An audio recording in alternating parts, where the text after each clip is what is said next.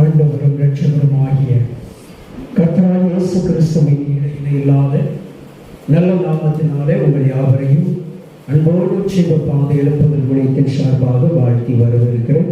கர்த்தர் பரிசுத்தமுள்ள தேவனாயிருக்கிறார். அல்லேலூயா. நம்முடைய ஆண்டவர் நம்மை அதிகமாக அளவில்லாதபடிக்கு நேசிக்கிறார். அல்லேலூயா. எத்தனை பேர் விசுவாசிக்கிறீங்க? கர்த்தர் என்னை ஆசீர்வதிக்கிறார்கள். உண்மையிலே கர்த்தர் நம்மை ஆசீர்வதிக்க வல்லவராய் இருக்கிறார். அல்லேலூயா. ஆண்டவரை நம்புள்ள பிள்ளைகளை நிச்சயமாய் கர்த்தர் ஆசீர்வதிக்க வல்லவராய் இருக்கிறார். ஒன்று மாத்திரம் உண்மை, இன்னைக்கு நிறைய காரியங்கள் நாம நிறைய என்ன பண்ண வேண்டியிருக்குது உலகத்துல. ஆவிக்குரிய காரியங்களும் சரி, சபைகளிலும் சரி, வீடுகளிலும் சரி, நிறைய காரியங்கள் நம்முடைய வாழ்க்கையில கற்றுக்கொள்ள வேண்டிய காரியம் ஏராளமாக இருக்கிறது. அல்லேலூயா. அதான் சொல்லுவார்கள், கற்றது கையளவு கல்லாதது எப்படியா உள்ளதல்லது. சரிங்களா? அப்போ கல்லாத விஷயங்கள், கற்றுக்கொள்ளாத விஷயங்கள் எவ்வளவு இருக்கிறதாம்? உலக அளவுக்கு இருக்கிறதா. சோ நம்ம கற்றுக்கொள்ள வேண்டிய காரியங்கள் ஏராளமான காரியங்கள் இருக்கிறது. அதைதான் அண்ணன் சொல்லுவாங்க, ஒரு மனிதன் சம்பாத்தியத்திற்கு எப்படி ஓடணுமா? திரைக்கடல் ஓடி திரவியம் தேடு, கடல் கடந்து ஓடணுமா? தன்னுடைய வருமானத்தை தேடுவதற்கு, தன் வாழ்வாதாரத்தை நிர்ணயித்துக் கொள்வதற்கு அவன் எப்படி ஓட வேண்டுமா? கடல் கடந்து, சமுத்திரம் கடந்து போய் எப்படியாவது உழைத்து வருவாய் ஈட்டி குடும்பத்தை நடத்த தெரிய வேண்டும் என்று எழுதுகிறார்கள். அல்லேலூயா. சோ நமக்கு இன்னைக்கு நிறைய காரியங்கள் என்ன வேண்டி இருக்கிறது என்றால், கற்றுக்கொள்ள வேண்டிய காரியங்கள் ஏராளமாக இருக்கிறது. ஒவ்வொருவரும் ஒவ்வொரு விதமான பாடங்களை கற்றுக்கொள்ள வேண்டிய சூழ்நிலை ஏற்படுகிறது. ஊழியக்காரர்கள் ஊழிய காரியங்களை கற்றுக்கொள்ள வேண்டியிருக்கிறது. குடும்ப தலைவி குடும்ப காரியங்களை, குடும்ப தலைவனோ குடும்ப தலைவியோ குடும்ப காரியங்களை கற்றுக்கொள்ள வேண்டியிருக்கிறது. ஒரு குடும்ப நிர்வாகத்தை எப்படி சரியாக நடத்துவது, மேற்கொள்வது என்று குடும்ப தலைவர்கள், குடும்ப தலைவிகள் கற்றுக்கொள்ள வேண்டியிருக்கிறது. அதே போல வாலிப பிள்ளைகள், வாலிபர்கள் தன்னுடைய வாலிப நாட்களை எப்படி பிரயோஜனப்படுத்திக் கொள்ளுவது, வாலிப நாட்களிலே எப்படி நம்மை தயார் நிலைப்படுத்திக் கொள்ளுவது, எப்படி இந்த உலகத்திலே நம்மை துரத்தி கொண்டிருக்கிற பாவம், இச்சையான காரியங்களை எதிர்கொள்ளுவது என்ற அநேக காரியங்கள் இன்றைக்கு கற்றுக்கொள்ள வேண்டியதாயிருக்கிறது. அல்லேலூயா. இன்னைக்கு எங்க பார்த்தாலும் தவறான காரியங்கள் ஏராளம் நடந்து கொண்டே தான் இருக்கிறது. அல்லேலூயா. பலவிதமான விதங்களில் கொலைகள் நடந்து கொண்டிருக்கிறது. ஸ்தோத்திரம். களவி நிமித்தமாய், கொள்ளை நிமித்தமாய் கொலை நடந்து விடுகிறது. கோபத்தின் நிமித்தமாய், ஆதங்கத்தின் நிமித்தமாய் கொலை நடந்து விடுகிறது. பழி வாங்குதலின் நிமித்தமாக கொலை நடந்து விடுகிறது. இப்படி மனிதனுடைய காரியங்கள், மனித இனங்கள் ஏதோ ஒரு விதத்தில் ஒவ்வொரு விதமாக ஏதோ ஒரு காரணத்தினால் மனிதன் அழிவை சந்தித்துக் கொண்டே இருக்கிறான். அல்லேலூயா.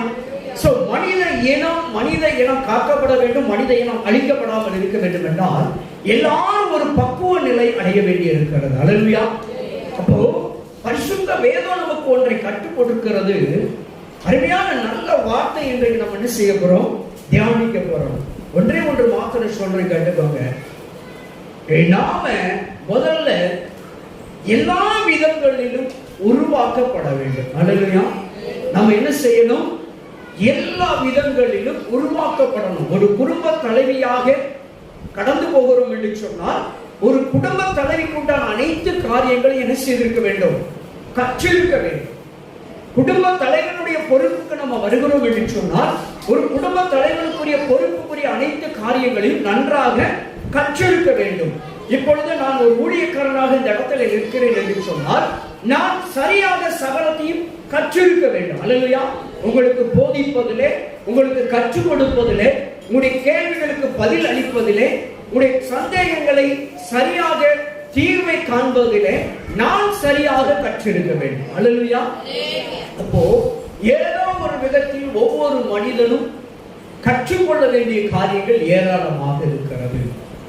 வரும் நாட்களிலே நான் ஒன்றை மாத்திரம் நம்புறேன், ஒன்றை மாத்திரம் நான் ரொம்ப கடைபிடிக்கணும்னு ஆசைப்படுறேன்.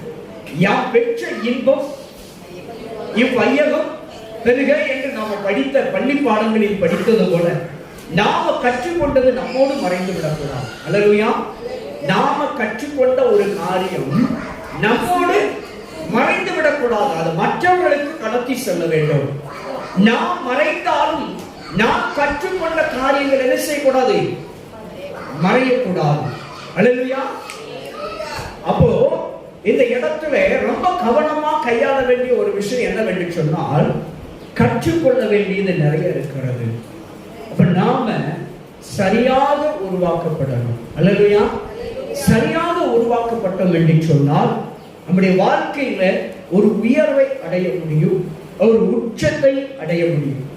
இப்போ எடுத்துக்காட்டாக எதையோ ஒன்றை நீங்கள் சாதிக்கணும்னு ஆசைப்பட்டீங்கன்னா என்ன செய்யணும்? சாதிக்கணும்னு ஆசைப்பட்டீங்க. நம்ம எதை சாதிக்கணும்னு நினைக்கிறோமோ அதை ஒவ்வொரு நாளும் முதல்ல நினைவு கூற வேண்டும். ஒவ்வொரு நாளும் அதை நினைவு கூர்ந்து கொண்டே இருக்க வேண்டும். நான் எதை சாதிக்க வேண்டும் என்று ஆசைப்படுகிறேனோ அந்த காரியத்தை நான் ஒவ்வொரு நாளும் நினைத்து கொண்டே இருக்க வேண்டும். அதை நினைவு கூர்ந்து கொண்டே இருக்க வேண்டும். அதற்காக நான் என்ன பண்ணணும்னா, நான் சாதிக்க வேண்டிய காரியத்தை சாதிப்பதற்கு நான் மிகவும் கடினமும் உழைக்கணும். அல்லேலூயா. ஆண்டவரே சொன்னார், வேலை செய்யாத இருக்கிறவன் என்ன செய்யக்கூடாது? சாப்பிடக்கூடாது. வேலை செய்யாதவன் என்ன செய்யக்கூடாது? சாப்பிடாததுக்கு தகுதி இல்லாதவன். நான் சொல்றேன், ஆண்டவராகிய இயேசு கிறிஸ்து சொல்லுகிறார், பரிசுத்த வேதம் சொல்லுகிறது, பரிசுத்த ஆவியானவரால் எழுதப்பட்ட பரிசுத்த வேதம் சொல்லுகிறது, வேலை செய்யாது இருக்கிறவன் சாப்பிடாது இருக்கிறான். ஒரு மனிதன் ஒரு வளர்ச்சியை காண வேண்டும் என்றால், ஒரு உச்சத்தை அடைய வேண்டும் என்றால், ஒரு உயர்வை அடைய வேண்டும் என்றால் சோம்பேறித்தனம் இருக்கக்கூடாது. என்னத்தனம்? சோம்பேறித்தனம் இருக்கவே கூடாது. இன்னைக்கு அநேகருடைய வாழ்க்கையில கஷ்டத்துக்கு ஒரு காரணம் என்னன்னா சோம்பல். அதையும் எதுதான் கற்றுக் கொடுக்கிறது? பரிசுத்த வேதம் தான் சுட்டி காட்டுகிறது. சோம்பல் தனம் ஒரு மனிதனை உயர்வடைய வைக்காது, உயரவே விடாது. ஒரு பெரிய ஆசீர்வாதத்தை சோம்பேறிக்க விடாது. எது? சோம்பேறித்தனம். அல்லேலூயா. சோம்பேறித்தனத்தை நம்ம எப்பொழுதுமே நம்மளை விட்டு முதல்ல அகற்ற வேண்டும். அல்லேலூயா. நம்மை விட்டு சோம்பேறித்தனத்தை, சோம்பல்களை முதலாவது அகற்ற வேண்டும். நாம் உயரணும், நாம் ஒரு லட்சியத்தை அடைய வேண்டும் என்றால், நாம் ஒன்றை அடைந்தே தீர வேண்டும் என்று சொன்னால், அதில் மிகவும் கவனமாய் செயல்படுவதற்கு முதலாவது உழைப்பு தேவை. அல்லேலூயா. ஒரு லக்கை நோக்கி ஓடுகிறோம். ஒரு குறிப்பிட்ட தூரத்தில் நாம் அடைய வேண்டிய லக்கு, நாம் அடைய வேண்டிய வெற்றி ஒரு குறிப்பிட்ட தூரத்தில் இருக்கிறது என்று சொன்னால், அப்ப அதை நோக்கி நான் என்ன செய்யணும்? பயணிக்க வேண்டும், முன்னேறி செல்ல வேண்டும், ஓட வேண்டும். அல்லேலூயா. அப்படி நான் அதை என்னுடைய லக்கை நோக்கி, என்னுடைய பந்தய பொருளை நோக்கி நான் ஓடுகிற பொழுது பல விதங்களிலும் தடைகள் இருக்கும், எதிர்ப்புகள் இருக்கும், போராட்டங்கள் இருக்கும், சோர்வுகள் வரும், அசதிகள் வரும். அதையும் கடந்து, அதையும் தாண்டி ஓடினால் மாத்திரமே நான் எதை அடைய முடியும்? என்னுடைய வெற்றியை அடைய முடியும். அல்லேலூயா. அப்ப நம்முடைய வெற்றியை நாம் அடைய வேண்டும் என்று சொன்னால், நம்ம ஓடுகிற பாதையில சகலமும் இடையூறுகளாக காணப்படலாம். அதையும் கடந்துதான் நாம் ஓட வேண்டும். அல்லேலூயா. நம்ம போற பாதையில பல விதங்களில், பல கோணங்களில் தடைகள் இருக்கலாம். அந்த தடையெல்லாம் பொருட்படுத்தாம நம்ம ஓடிக்கொண்டே இருக்கணும். அல்லேலூயா. நம்முடைய லட்சியம் என்ன அப்படின்னா, நாம் சாதிக்கணும். பக்கத்துல கை கொடுத்து சொல்லுங்க, நம்ம சாதிக்க பிறந்தவர்கள். அல்லேலூயா. நம்ம எதுக்கு பிறந்திருக்கிறோம்? சாதிக்க பிறந்திருக்கிறோம். அல்லேலூயா. இன்னைக்கு நிறைய பேர் விரக்தி இல்லை. ஏண்டா என்ன வாழ்க்கை இது? நான் வாழ்வதை விட சாவது மேல் அப்படிங்கிற. சாவதுக்கு பிறந்திருக்கிறோம், சாதிக்க பிறந்திருக்கிறோம். அருமையான இந்த உலகத்தை ஆண்டு அனுபவிக்க பிறந்திருக்கிறோம். ஆனால் சகலமும் எப்படி இருக்கணும்? நேர்த்தியா இருக்கணும், பரிசுத்தத்துக்கு உட்பட்டு இருக்கணும், உண்மைக்கு உட்பட்டு இருக்கணும், நீதிக்கு உட்பட்டு இருக்கணும். அல்லேலூயா.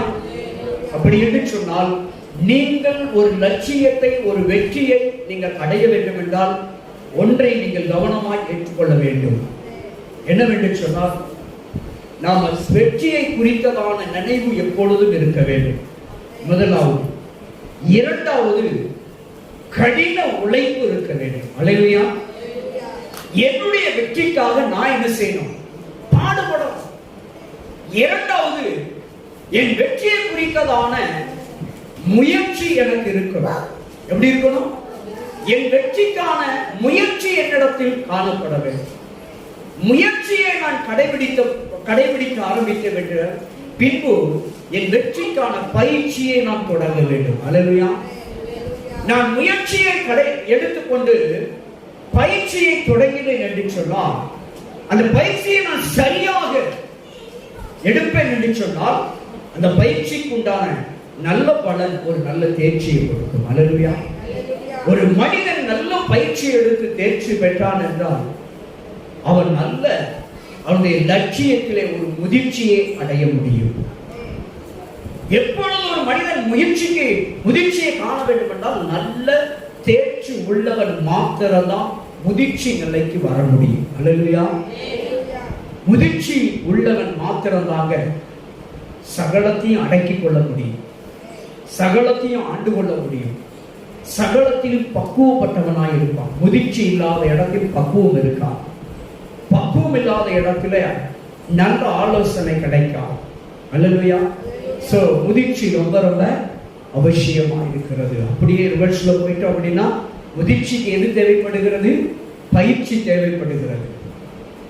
பயிற்சிக்கு எது தேவைப்படுகிறது என்றால் சொல்லுங்க, முயற்சி தேவைப்படுகிறது.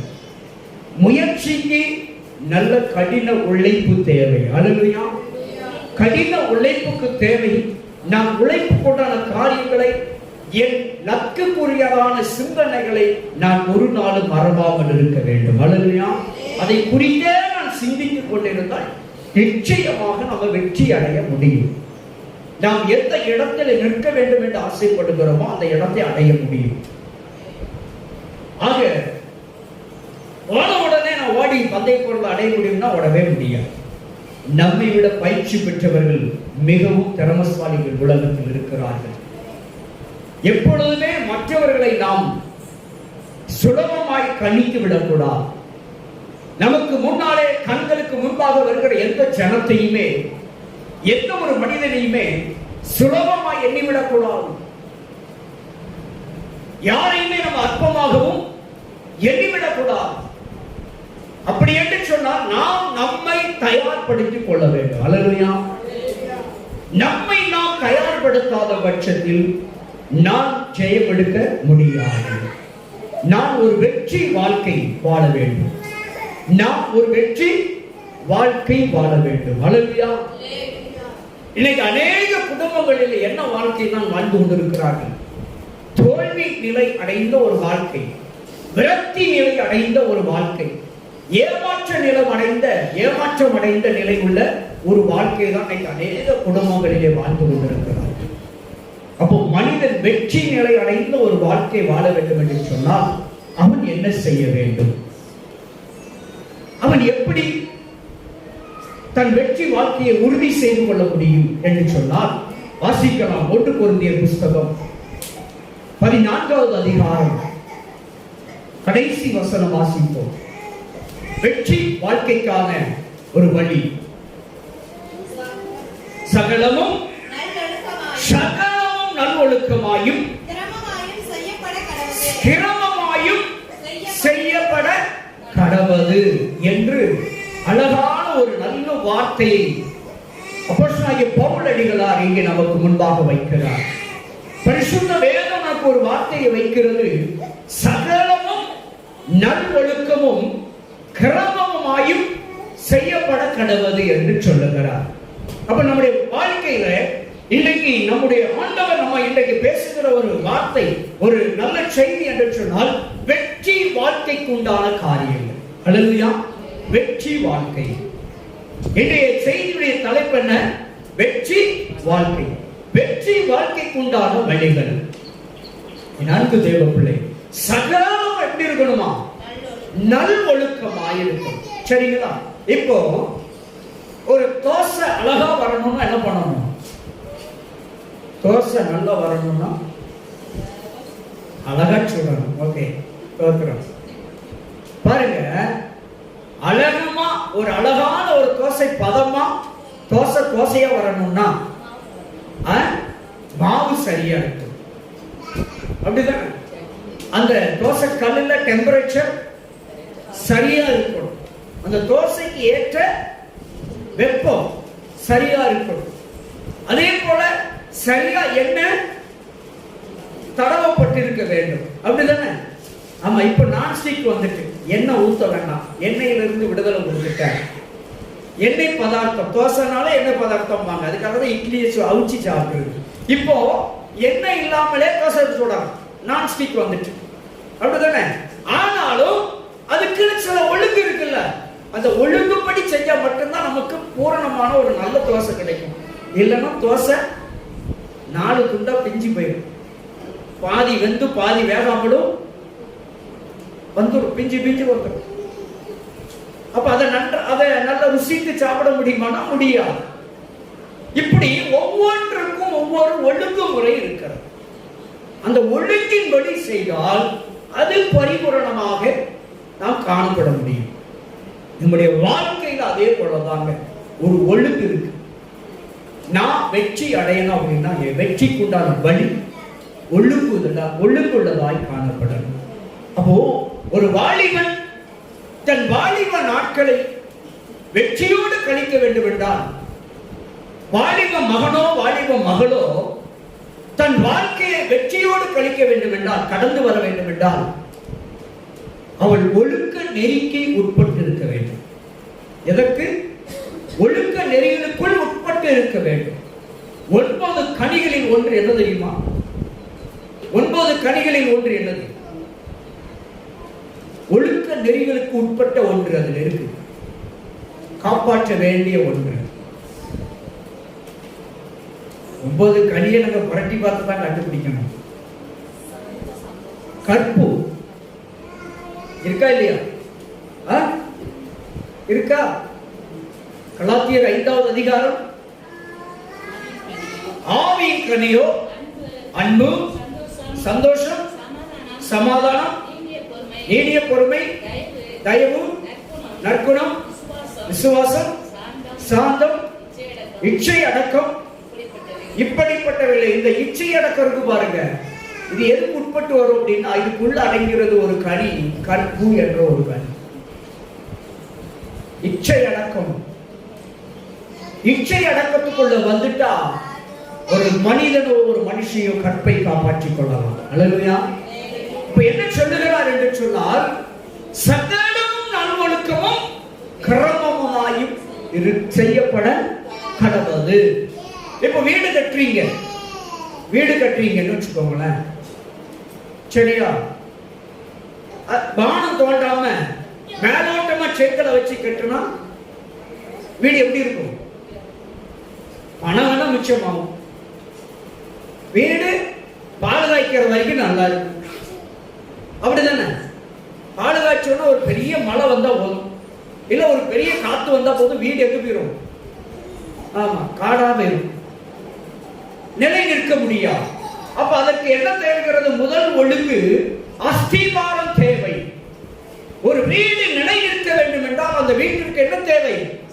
அஸ்திவாரம் எவ்வளவு முக்கியமா இருக்கிறதோ அதே போலதாக நம்முடைய வெற்றி வாழ்க்கைக்கு உண்டான அஸ்திவாரங்களை நம்ம கண்டுபிடிச்சிட்டோம் அப்படின்னா, அஸ்திவாரங்களை சரியாய் போட்டுட்டோம் என்று சொன்னா, நாம வீடு நம்ம வாழ்க்கை கட்டி எழுப்பப்பட நிலையில் இருக்கும். அல்லேலூயா. எப்படி சரியான அஸ்திவாரம் உள்ள வீடு நிலைநிறுத்தப்படுமோ, அதே போல நம்முடைய வாழ்க்கை வெற்றி வாழ்க்கை நிலைநிறுத்தப்பட வேண்டும் என்றால் நம்முடைய வாழ்க்கையின் அஸ்திவாரம் சரியாக இருக்க வேண்டும். அப்ப அஸ்திவாரத்துக்கு உண்டான வழி என்ன? சரியான கடின உழைப்பு இருக்கணும். அல்லேலூயா. ஒன்று கேளுங்க, பயிற்சி இருக்கணும். என்ன இருக்கணும்? முதல்ல முயற்சி இருக்கணும். முதல்ல என்ன இருக்கணும்? முயற்சி இருக்கணும்.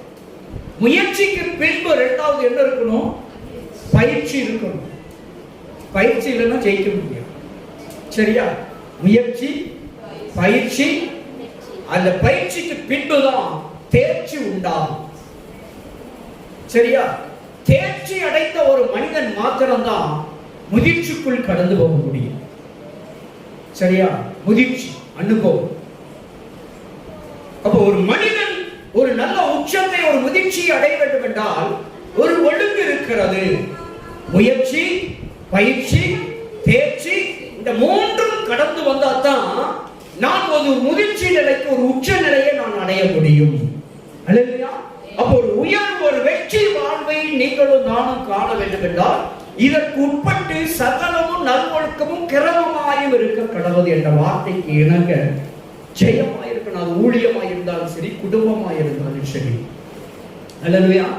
அப்ப பிள்ளைகளுக்கு இன்றைக்கு குடும்பத்திலே குடும்ப தலைவர், குடும்ப தலைவி, குடும்ப பிள்ளைகள் எல்லாரும் ஊழியக்காரனாலும் சரி, ஊழியக்காரிகளா இருந்தாலும் சரி, எல்லாமே ஒரு ஒழுக்க நெறிகளுக்கு உட்பட்டு இருக்க வேண்டும். அல்லேலூயா. ஒரு ஒழுக்கம் ரொம்ப அவசியம். ஒழுங்கும் கிரமமாயிருக்கும். ஒழுங்குங்கிறது என்ன? இதுதான் ஒழுங்கு. ஒரு சைடு இப்படி போல பாய வச்சு ஒரு சைடு நீங்க இருக்கிறீங்க, ஒரு சைடு இப்படி இருக்கிறோம். இது ஒரு ஒழுங்கு. புரிஞ்சுட்டீங்களா? ஒழுங்கு இல்லாம சும்மா ஆஹோன்னு இருந்தா நல்லா இருக்குமா? நல்லா இருக்கா? அப்ப எல்லாவற்றிற்கும் ஒரு ஒழுங்கு இருக்கிறது. அதே போல நம்முடைய வாழ்க்கையில நம்ம வெற்றியை காண வேண்டும் என்றால், வாலிபர்கள் தன் லட்சியத்தை அடைய வேண்டும் என்றால் லட்சியத்தை குறித்த சிந்தனை மட்டும்தான் இருக்கும்.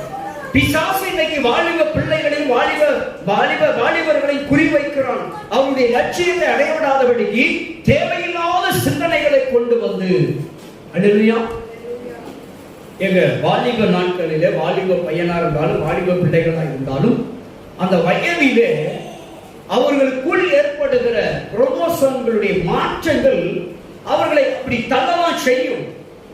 அதையும் கடந்துதான் ஜெயிக்க முடியும். அல்லேலூயா. வாலிப நாட்கள் ரொம்ப கவனமாய் கையாள வேண்டிய நாட்கள். வேதம் சொல்லுகிறது, வாலிப நாட்களிலே யாரை நினைத்துக்கொள்? உன் சிருஷ்டிகரை, உன்னை சிருஷ்டிக்க தேவனை நினைத்துக்கொள். யாரை நினைத்துக் கொள்ளணுமா? வாலிப நாட்கள் தாங்க குறிவைக்கிற நாட்கள். பிசாசு குறிவைக்கிற ஒரு காலகட்டம் வாலிபத்தை தான் குறிவைப்பார். வாலிபத்தில் ஒரு மனிதனையோ ஒரு மனுஷனையோ தள்ளி விட்டுட்டா அவன் எழுந்திருக்க முடியாது, எழுப்பி பிரகாசிக்க முடியாது என்று அவனுக்கு நன்றாக தெரியும். அதனாலதான் ஆண்டவர் சொன்னார், வாலிபனே எழுப்பி பிரகாசி. வாலிபனே என்ற வார்த்தை அநேக இடத்தில் எழுதப்பட்டிருக்கிறது. வாலிபனுக்கு முக்கியத்துவம் கொடுத்தது என்ன? வாலிபம் என்றால் வாலிபத்திலே எழுப்பி பிரகாசிக்கணும்னா பிணைக்காசை போல ஒரு வைராக்கியம் இருக்க வேண்டும். பிணைக்காசை போல வைராக்கியம்.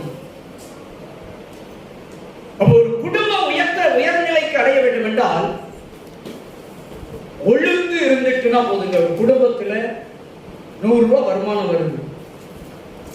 100 ரூபாய் வருமானம் வந்து கணக்கு கேட்டு 110 ரூபாய் கணக்கு சொல்லக்கூடாது. 100 ரூபாய் வருமானம் வந்தா கணக்கு எத்தனை ரூபாய்க்கு சொல்லணும்? 90 ரூபாய்க்கு சொல்லணும். மீதி எத்தனை ரூபாய் இருக்கணும்? 10 ரூபாய் மீதி இருக்கணும். 100 ரூபாய் வருமானத்துல 110 ரூபாய் கணக்கு சொன்னா அந்த குடும்பம் எப்படி இருக்கும்? ஊசல் தான் ஆடும். அந்த 10 ரூபாய்க்கு இப்ப என்ன செய்ய வேண்டி இருக்கிறது சொல்லுங்க? வேறொரு நபரை நாட வேண்டி இருக்கிறது. நிர்ணயிக்கப்பட்டு வாழ வேண்டும். சரியா நம்ம இவ்வளவு 90 ரூபாய் தான் வருது அப்படின்னா, 100 ரூபாய் வருது அப்படின்னா 90 ரூபாயில வாழ்க்கையை நடத்தி பழகிட்டோம் அப்படின்னா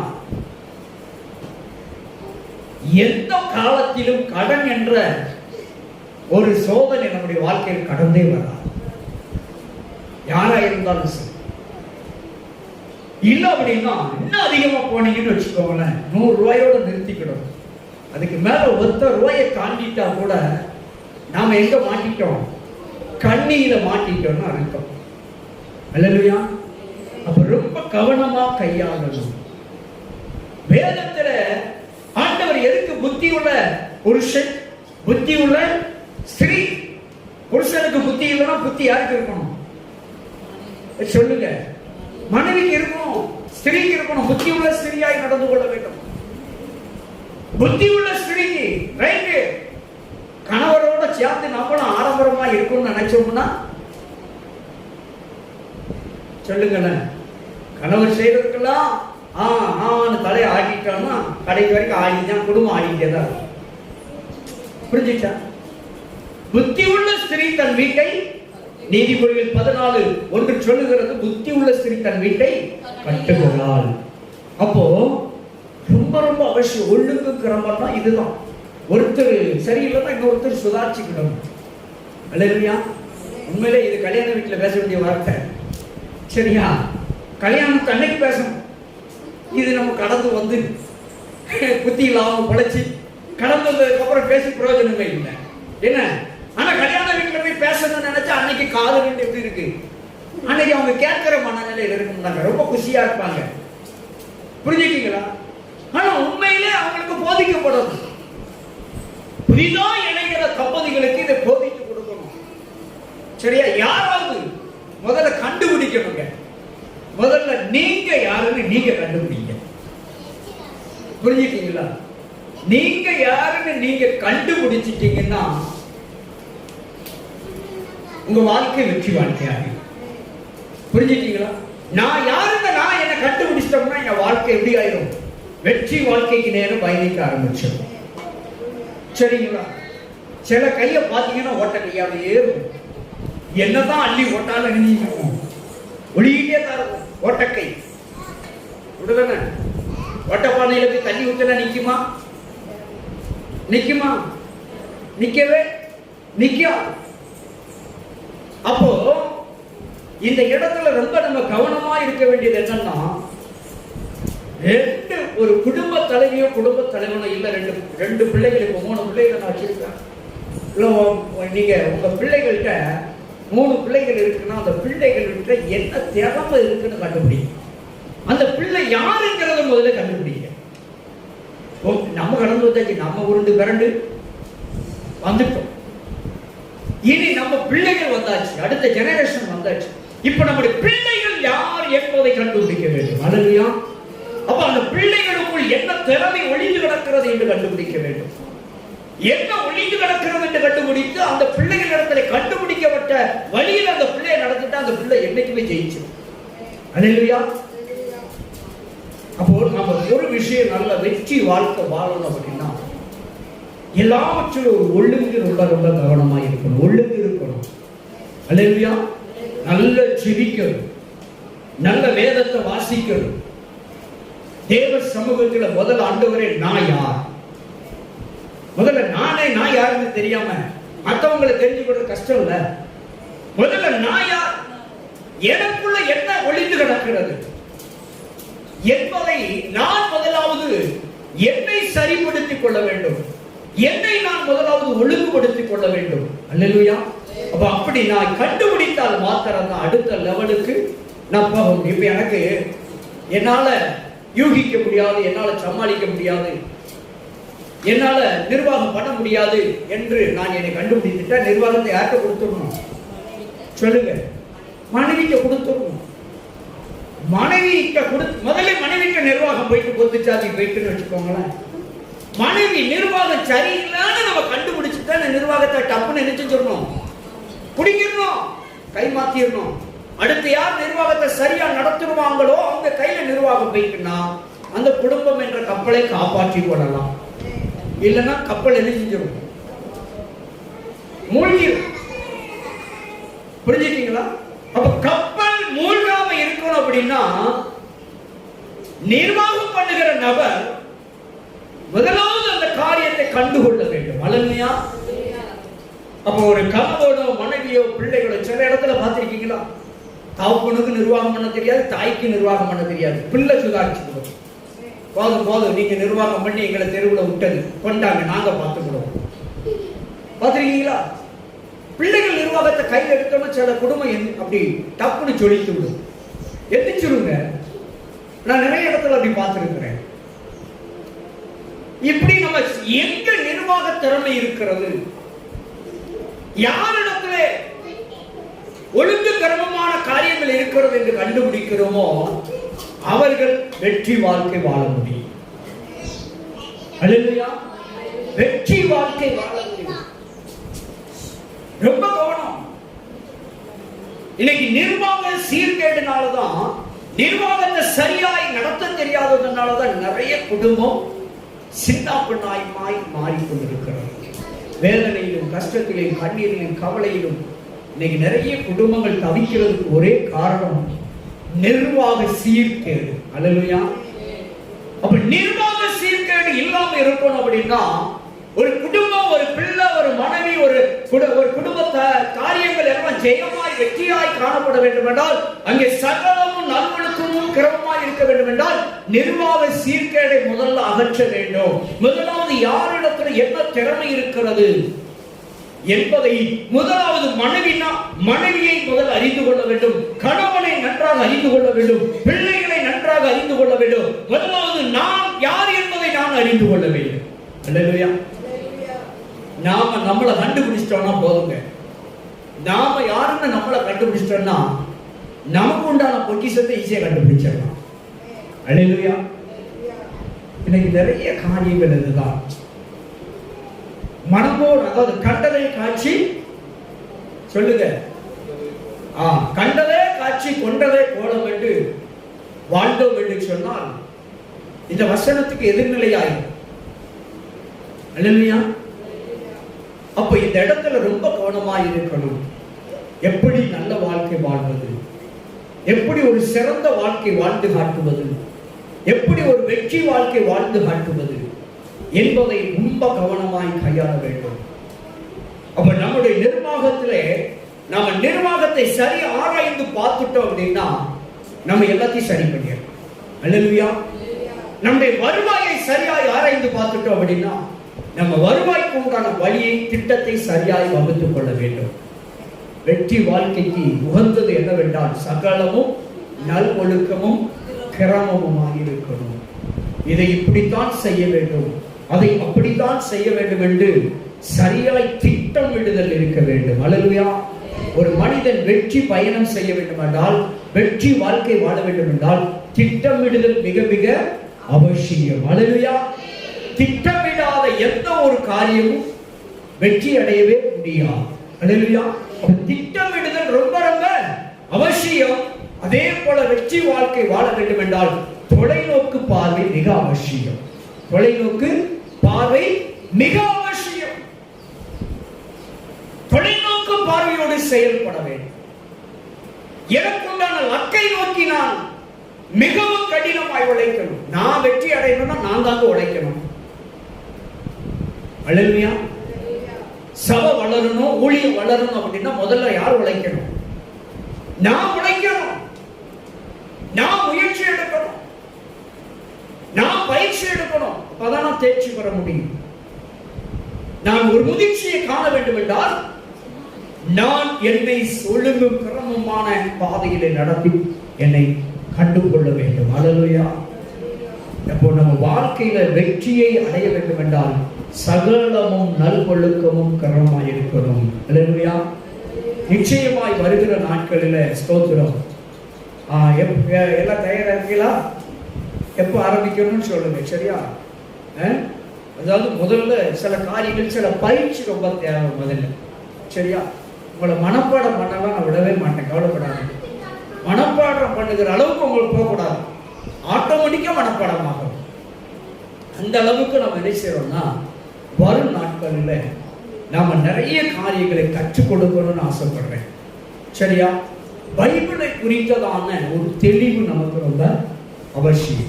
நல்ல வெற்றி வாழ்க்கையை பரிசுத்த வேதம் நமக்கு கற்றுக் கொடுக்கிறது. நம்முடைய வாழ்க்கையில ஒரு நல்ல சந்தோஷமான வாழ்க்கை வாழ வேண்டும் என்றால் பரிசுத்த வேதம் நமக்கு என்ன கற்றுக் கொடுக்கிறது, எந்தெந்த வழிகளை கற்றுக் கொடுக்கிறது என்பதை குறித்து வரும் நாட்களிலே நாம நிச்சயமாக ஒரு வேத பாட பகுதிகள் நம்ம எடுக்க முயற்சி எடுக்கிறோம். அதற்காக யாரு வேணாலும் வரலாம். சரியா? நன்றாக முதல்ல வேதத்தை குறித்த ஒரு தெளிவு நமக்கு இருக்கணும். இப்போ மேடை பேச்சுக்கு உங்களை அழைக்கிறோம். மைக்க பிடிக்கணும்னா இன்னைக்கு நிறைய பேருக்கு என்ன வருது? முதல்ல பயம் வருது. அப்படிதானே? அப்போ பயம் தவிர்க்கப்படும். சரிங்களா? இரண்டாவது, பயத்துக்கு அடுத்து ஒண்ணு இருக்கு, பதட்டம். கிடுகிடுகிடுகிடுன்னு கால் கிடைச்சியும் நடு. பதட்டம் வந்துட்டாலே வார்த்தை உணரியும் வந்துருமா இல்லையா? இப்ப இதெல்லாம் என்ன செய்யணும்? அதான் அச்சம் தவிர. நம்முடைய அச்சத்தை நம்ம கிட்ட தவிர்த்துட்டோம் அப்படின்னா ஒரு மேடை பேச்சுக்கு நம்மளை உருவாக்கணும், தைரியமா வந்து பேசணும். அப்ப பேச்சு ஒன்று மாத்திரம் நல்லா புரிஞ்சுக்கோங்க, பேச்சு என்பது ஒரு கலை. பேச்சு என்பது ஒரு பெரிய கலைங்க. பேச்சு என்பது தேவன் கொடுத்த ஒரு பெரிய வரப்பிரசாதம். பேச்சை கட்டுதுன்னு செயல்படுதோம். பேசி ஜெயிச்சவங்க, பேசியே சாதிச்சவங்க, பேசியே வாழ்ந்தவங்க வரலாறு காட்டுகிறது நம்ம கண்முன். பேச்சு என்பது ஒரு பெரிய கலை. அப்ப நான் எப்படி பேசுவது? பேச்சு கலை ஒன்று நான் உங்களுக்கு கற்றுத்தரேன். சரியா? அப்ப பேசுறதுல நிறைய வகை இருக்கிறது. நல்ல ஒரு பேச்சாளராய் நீங்கள் மாற வேண்டும் என்றால், நல்ல ஒரு பேச்சாளராக நீங்கள் மேடைக்கு முன்னாக நிற்க வேண்டும் என்றால் உங்களை நீங்கள் உருவாக்கி கொள்ள வேண்டும். அல்லேலூயா. என்னவெல்லாம் பேசுறது வேற, ரசிக்கும்படியாய் பேசுகிறது வேற, அங்கீகாரம் கொடுக்கிற விதமாய் பேசுகிறது வேற. அல்லேலூயா. என் பேச்சுக்கு ஒரு அங்கீகாரம் கிடைக்கும், என் பேச்சை ரசிக்க வேண்டும், என் பேச்சை அவர்கள் ஏற்றுக்கொள்ள வேண்டும். அப்போ அதற்கு அந்த நாம் என்ன செய்யணும்? தயார்படுத்தப்பட வேண்டும், நம்மை நாம் உருவாக்கி கொள்ள வேண்டும். அல்லேலூயா. அப்போ நாம பேச்சாற்றலின் காரியங்களை கற்றுக்கொள்ள வேண்டியிருக்கிறது. நிச்சயமா கற்றுத் தருவேன். நல்ல ஒரு பேச்சாளராக உங்களை நிறுத்திடணும்னு நான் ஆசைப்படுறேன். அல்லேலூயா. அப்ப பேச்சு கலையை முதலாவது கற்றுக்கொள்ள வேண்டும். அதே போல உங்களை அழைத்து ஒரு வசனத்தை குறித்து பேசுங்கள் என்று சொன்னாலும் நீங்கள் பேசக்கூடிய இடத்திலே நிற்க வேண்டும் என்றால் அதற்கும் கற்பித்தல் ரொம்ப அவசியம். கற்றுக்கொள்ள வேண்டும். அல்லேலூயா. ஒரு வசனத்தை எடுத்து எப்படி பேச முடியும்? அப்படிதானே? ஏன் ஒரு வசனத்தை எடுத்து பேசணும்னு சொல்றேன் அப்படின்னா, அதுதான் ஈஸியா மக்கள்கிட்ட போய் மனதில் பதியக்கூடிய அளவுக்கு போய் சேரும். எடுக்கலாம். நிறைய வசனங்களை எடுத்து நீ வாசி, நீ எடுத்தவங்க வாசிங்கன்னு சொல்லிட்டா எல்லாரும் வாசிட்டு தான் போவாங்களே ஒழிய நான் தொடங்கின கதை தெரியாது, நான் தொடங்கின தலைப்பினுடைய விளக்கம் யாருக்கும் புரியாது. அப்போ சரியா நீங்க புரிந்து கொள்ள வேண்டும், சரியாக நான் உங்களுக்கு விளக்க வேண்டும் என்றால் ஒரு வார்த்தையை எடுத்து 100க்கு அதிபதி ஆண்டவர் இடத்துல என்ன கேட்டான்? ஆண்டவர் இடத்துல 100க்கு அதிபதி என்ன கேட்டான்? நீர் ஒரே ஒரு வார்த்தை போதுமா? ஒரு வார்த்தையில ஒரு மனுஷன் சுகமாகறான்னா அந்த ஒரு வார்த்தையை கொண்டு என்ன வேணாலும் பண்ணலாம்ல. அந்த ஒரு வார்த்தைக்கு உள்ளடங்கி இருக்கிற காரியம். இப்போ உருவான சோத்துக்கு ஒரு சொல் பதம், அவ்வளவுதான். எங்க ஒருபான சோத்தையும் எல்லா சோத்தையும் எடுத்து பிசுக்கி பாத்திட்டு இருக்கீங்களா? இல்ல. ஒருபான சோத்துக்கு ஆயிரக்கணக்கான அரிசி உள்ள கிடக்கும் வெந்து. ஆனா ஒரே ஒரு அரிசி எடுத்து ஒரு சோறு மட்டும் எடுத்து வெந்துட்டு பதுமா சாப்பிடக்கூடிய அளவுக்கு வெந்துட்டான்னு நம்ம பார்த்துறோம். அந்த ஒரு சோறு எல்லாத்தையும் நிர்ணயம் பண்ணிடுது. அப்படிதானே? அப்ப அதே போலதான் வேதத்தில் இருந்து ஒரு வசனத்தை எடுத்து முழு பைபிளையும் உள்ள கொண்டு வரணும். ஒரு வார்த்தை எடுத்தா போதுங்க, எல்லாமே உள்ள வந்துடும். அல்லேலூயா. அப்ப தேவன் ஒரு வார்த்தை எடுத்து பேச சொன்னார்னா அந்த ஒரு வார்த்தையை சரியா உங்களுக்கு விளக்கம் சொல்லிட்டோம் அப்படின்னா, அந்த ஒரு வார்த்தையை சரியா 1 மணி நேரம் பேசிட்டோம் அப்படின்னா அந்த வார்த்தைகளுக்கு நல்ல மனதில் என்ன செஞ்சிடும்? புரிந்து கொள்ளும். நான் விசுவாசியா உங்களை போல இருக்கிற பொழுது நிறைய ஊழியக்காரங்க வருவாங்க. நாங்க இருந்த சபைகளில பிரசங்கம் பண்ண வருவாங்க. நம்ம நிறைய பிரசங்கம் இன்னைக்கு வரை கேட்டுட்டு இருக்கோம். பாருங்க, அடுக்கு மொழியில சொல்லுவார். பாத்தீங்கன்னா எடுத்தவங்க சங்கீதம் 30 வாசி, சங்கீதம் 31 வாசி, சங்கீதம் 71 வாசின்னு சொல்லி 30, 31, 71, 51 சொல்லிக்கிட்டே அதே மாதிரி ஒண்ணுன்னா வாசிக்கிட்டே போவோம். அதுக்குள்ள மணி 3/4 மணி நேரம் போயிடும். அப்ப இது எடுக்க வந்த தலைப்பை என்னைக்கு விலைக்கு சொல்ல புரியுதா? என்ன சொல்ல வரனா, ஒரு வசனம் சரியா ஆண்டவர் சகலமும் நல்லொழுக்கமும் கிரமமா இருக்க கடவுள் சொல்லிட்டார். அப்ப அதை குறித்த ஒரு சின்ன விளக்கத்தை நம்ம சரியா கொடுத்துட்டோம் அப்படின்னா அதை சரியா பிடிச்சு கொடுப்பாங்க, மனசுல பதியும். இன்னைக்கு பஞ்சத்திலே ஒரு பெரிய பஞ்சம் என்ன பஞ்சம் தெரியுமா? ஞாபக பஞ்சம் தான் பெரிய பஞ்சமா இருக்கு. புரியுதா? பஞ்சத்திலே பெரிய பஞ்சம் ஞாபக பஞ்சம் தான் ரொம்ப இருக்கு. அல்லேலூயா. இந்த ஞாபக பஞ்சத்தை நீக்கணும் அப்படின்னா ஒரு வசனத்தை எடுத்து, அதுக்காக நான் நிறைய வசனத்தை எடுத்து பேசுறவங்களை குறை சொல்லல, நான் கற்றுக்கொண்ட விதம் இது. மக்களிடமே ஒரு வசனத்தை சரியா கொண்டு போய் சேர்க்கணும். ஒவ்வொரு நாளும் ஒவ்வொரு வசனத்தை சரியா சொல்லி கொடுத்துட்டோம் அப்படின்னா, இன்னைக்கு சரியாக போதிக்கப்படாததுனாலதான் சரியா புரியல. அல்லேலூயா. அவங்களுக்கு தெரியல ஒன்றுமே. இன்னைக்கு பைபிள்ல இருந்து அநேக கேள்வி எழுப்புனா நிறைய பேருக்கு என்ன கிடையாது, பதில் தெரிவதில்லை. காரணம் என்ன அப்படின்னா, சரியாக கற்றுக் கொடுக்காததுனாலும் சரியாக போதிக்காததுனாலும். ஏதோ எனக்கு 1 மணி நேரம் கொடுத்துட்டாங்க அப்படிங்கிறதுக்காக நான் 100 வசனத்தை படிக்க வச்சுட்டு 1 மணி நேரத்தை நான் கடத்திட்டு போறது ஒரு பிரயோஜனமும் அல்ல. ஒரு வார்த்தை பேசினாலும் உருப்படியா பேசணும். அல்லேலூயா. ஒரு வார்த்தை பேசினாலும் உங்கள் வாழ்க்கைக்கு பிரயோஜனமாக இருக்கணும். ஒரு வார்த்தைக்கு நான் விளக்கம் கொடுத்தாலும் அதை சரியா விளக்கி சொல்லிட்டு போய்கிட்டே இருக்கணும். அல்லேலூயா. அப்ப சரியாக நீங்க புரிஞ்சிட்டீங்க அப்படின்னா நம்ம வாழ்க்கையில எல்லாவற்றையும் ஈஸியா மனதிலே பகிர்ந்து கொள்ள முடியும். அல்லேலூயா. அப்போ மறதி என்ற பஞ்சத்தை கடத்துவதற்கு சரியாக கற்றுக் கொடுக்கப்பட வேண்டும். ஆண்டவர் சமூகத்திலே அன்பு தேவப்பிள்ளை, நம்முடைய வாழ்க்கையில நல்ல ஒரு வெற்றி வாழ்க்கை வாழணும்னா நாம முதலாவது சகலத்திலும் ஒழுங்கும் கிரமமாயும் இருந்தால் எல்லாவற்றையும் ஒரு வெற்றி அடைய முடியும். அல்லேலூயா. அது ஊழியமா இருந்தாலும் சரி, குடும்பமா இருந்தாலும் சரி, படிப்பா இருந்தாலும் சரி, ஒவ்வொரு காரியத்திலும் ஒரு நாட்களிலே நிச்சயமாக உங்களுக்கு நான் கற்றுக் கொடுக்க ரொம்ப ஆசைப்படுறேன். சரியா? அதனால என்ன நான் மறுபடியும் புதுப்பிச்சுக்கலாம்னு ஆசைப்படுறேன். ஸ்தோத்திரம். நிறைய கற்றுக்கொள்ளணும். எங்க உங்களுக்கு நீங்களே டாக்டர் ஆகணும்னு ஆசைப்படுறேன். புரிஞ்சுட்டீங்களா? நீங்க உங்க தலையில கையை வச்சா ஆசீர்வாதம் இறங்கணும். அல்லேலூயா.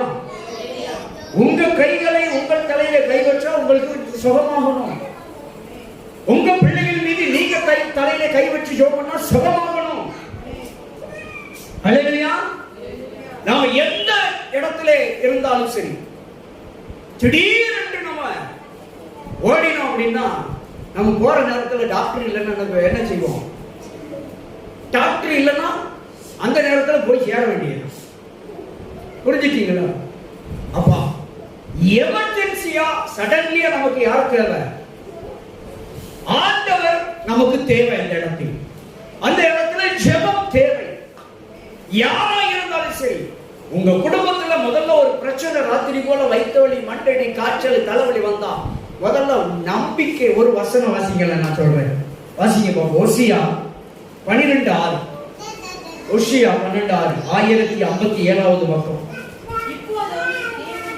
இப்போதும் நீ உன் தேவனிடத்தில் திரும்பு, தயவையும் நியாயத்தையும் கை கொண்டு இடைவிடாமல் என்ன செய்யணுமா? ஒரு தேவனை நம்பிக்கொண்டு இடைவிடாமல் ஒரு தேவன் என்ன செய்யணுமா? நம்பிக்கொண்டு. முதலாவது நீங்க என்ன செய்யணும்னா, உங்க பிள்ளைகளை உடனே என்ன செய்யணும்? உங்க பிள்ளைகளுக்காக ஜெபம் பண்ணி பழங்க. உங்களுக்கு வயிற்று வலினா உங்களுக்கு கை இல்லையா?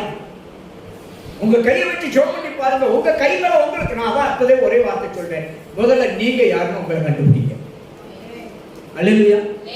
நீங்க யார் என்பதை நீங்கள் கண்டுபிடித்தாலே போதுங்க. அங்கதாங்க வெற்றி வாழ்க்கையை தொடங்க முடியும்.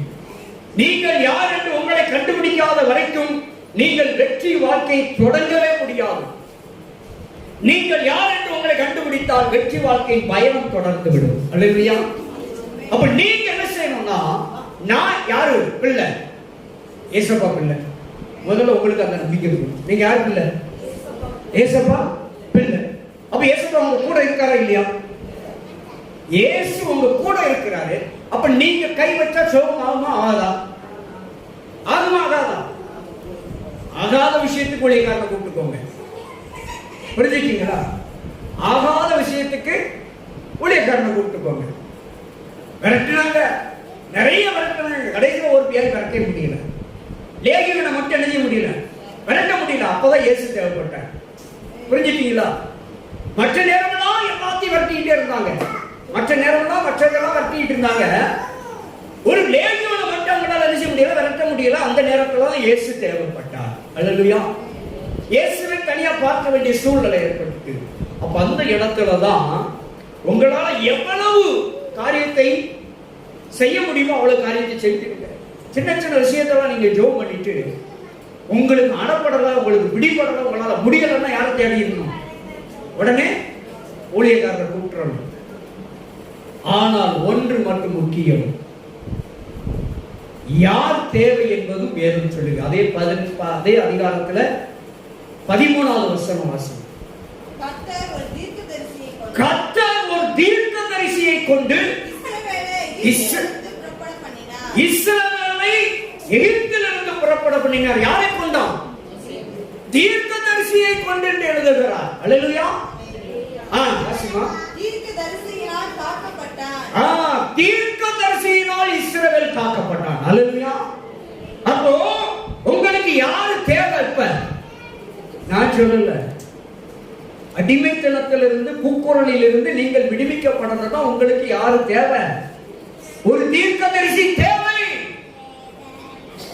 இன்னும் ஏதோ ஆணித்தனமாய் ஆழமாய் சொல்லுகிறது, தீர்க்கதரிசி இருந்தால் அந்த பட்டணம் கலிமூரும். தீர்க்கதரிசி இல்லாத இடத்துல ஜனங்கள் அரிசிடுவாங்க, சீர்கட்டு போயிடுவான். தீர்க்கதரிசி மிக மிக அவசியம்.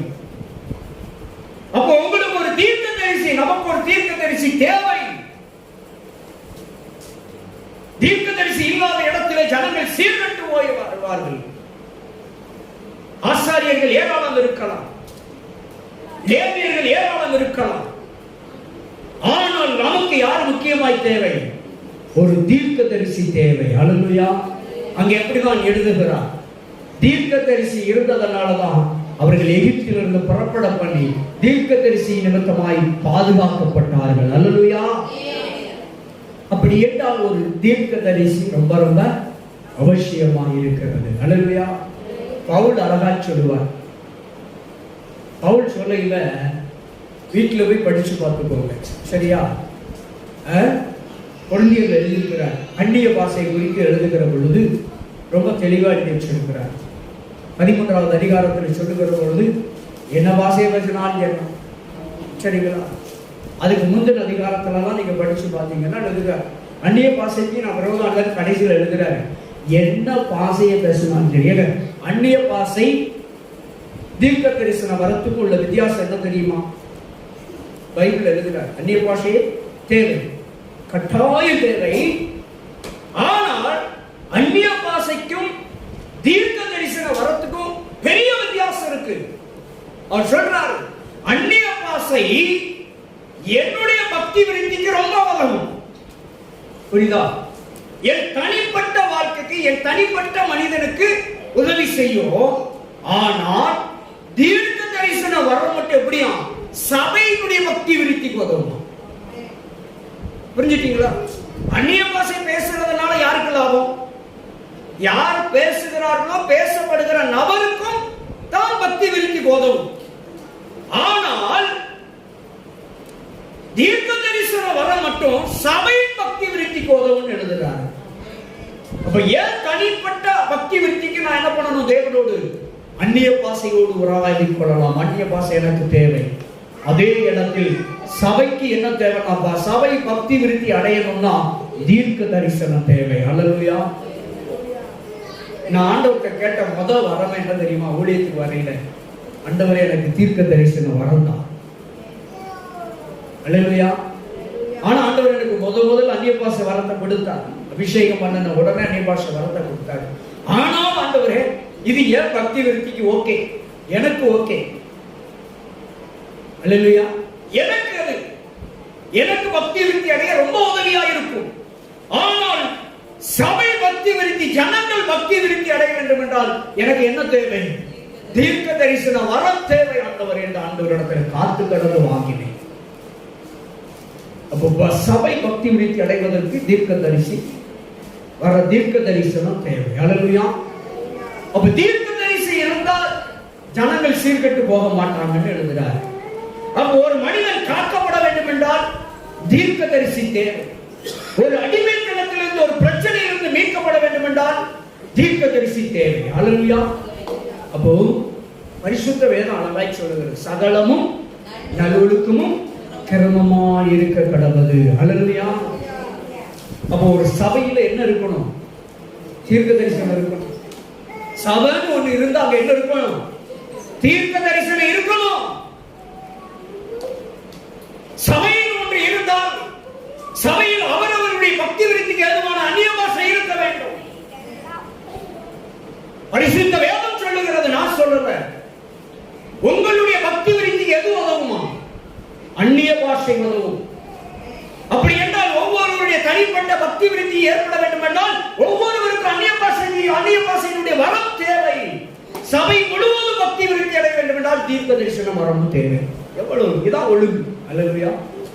அந்நிய பாஷை வரமும் தேவை, தீர்க்க தரிசன வரமும் தேவை. ஏன்னா அந்த அதிகாரத்தை முடிக்கிற பொழுது சொன்னார், நான் அந்நிய பாஷைக்கு எதிரானவன் அல்ல அப்படின்ட்டார். அல்லேலூயா. அப்ப அந்நிய பாஷை தேவை, தீர்க்க தரிசனம் தேவையிலும் தேவை. அல்லேலூயா. அப்போ ஒரு ஒழுங்குனா இதுதான். அப்ப ஆராதனை ஒழுங்கு, சபை ஒழுங்கு, என் வாழ்க்கையின் ஒழுங்கு, என் குடும்ப ஒழுங்கு, அப்ப எல்லாமே ஒழுங்கு கிரமமா இருந்தால் மட்டும்தான் வெற்றி அடைய முடியும். அல்லேலூயா. வெற்றி பயணிக்க, வெற்றி பாதையில நான் செல்ல வேண்டும், வெற்றி அடைய வேண்டும் என்றால் நான் சகலமும் ஒழுக்கமும் நல்லொழுங்கும் கிரமமாய் செயல்படுத்தப்பட வேண்டும். அல்லேலூயா. சோ வேதத்தை சரியாக நன்றாக நம்ம ஒழுங்கு கிரமமாய் பார்த்து நாம தேவனை ஆராதிக்க ஆரோக்கியம் என்று சொன்னால் நம்முடைய வாழ்க்கையில் ஒரு பெரிய வெற்றியை காண முடியும். அல்லேலூயா. பெரிய ஜெயத்தை காண முடியும். அல்லேலூயா. அப்ப இன்றைக்கு ஸ்தோத்திரம். ஏனென்றால் பரிசுத்தத்திலே ஆண்டவர் சொல்லுகிற கடைசி காலத்திலே யாருங்களெல்லாம் ஊற்றப்படுமா பரிசுத்த ஆவி? மாம்சமான யாவர் மேலும். அங்க தீர்க்க தரிசனம் யார் உரைப்பார்கள்? உங்கள் குழந்தைகள், பாலகர்கள், குமாரத்திகள் எல்லாம் என்ன செய்வார்களாம்? தீர்க்க தரிசனம் உரைப்பார்கள்.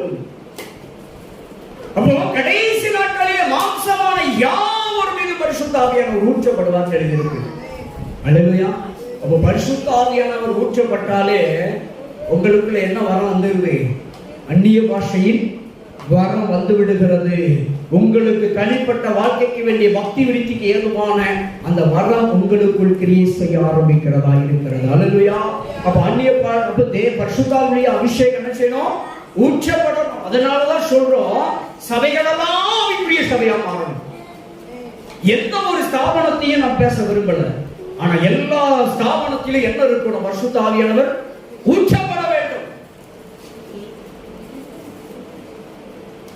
அதான் ஒரு பாடல் உண்டு, ஊற்றப்பட வேண்டுமே, உயிர் பெற வேண்டும் எங்கள் தேவா, பொன்மாரி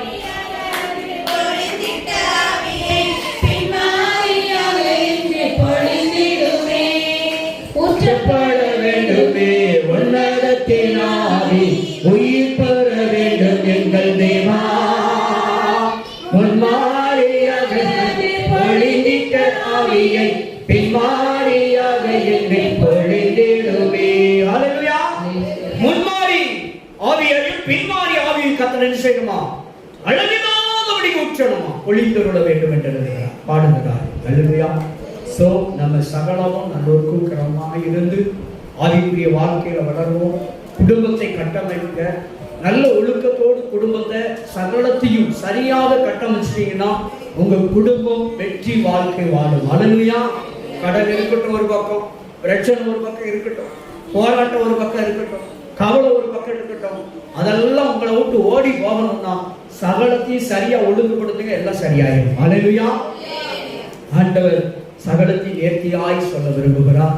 நேர்த்தியான ஒரு காரியத்தை நம்ம செய்தோம் என்று சொன்னால் ஆண்டவர் இந்த நாட்களிலே ஆண்டவர் நம்ம வெற்றி வாழ்க்கை வாழுவதை அவர் விரும்புகிறார். அல்லேலூயா. வெற்றி வாழ்க்கை வாழணுமா வேண்டாமா? வாழணுங்க. நம்ம வாழதானே பிறந்திருக்கிறோம், சாதிக்க தானே பிறந்திருக்கிறோம், அனுபவிக்க தானே பிறந்திருக்கிறோம், இல்லையா? அல்லேலூயா. கடைசி வரைக்கும் அழுதுகிட்டே இருக்கணுமா? இல்லையா? சந்தோஷமா பவுல் சொன்னார்ல, பிலிப்பியர் 4:4 என்ன சொன்னார்? கர்த்தருக்குள் எப்பொழுதும் சந்தோஷமா இருங்கள் என்று மறுபடியும் உங்களுக்கு சொல்லுகிறேன். அப்ப எப்போதும் நம்ம எப்படி இருக்கணுமா? நம்ம எப்போதும் சந்தோஷமா இருக்கமோ இல்லையா, அழுதுகிட்டு இருக்கிறது மட்டும் உண்மையா இருக்கு. அப்படியா? சந்தோஷமா தாங்க இருக்கணும். நீங்க சந்தோஷமா இருந்தாலும் உங்க பிரச்சனை தன்னால ஓடிடும்.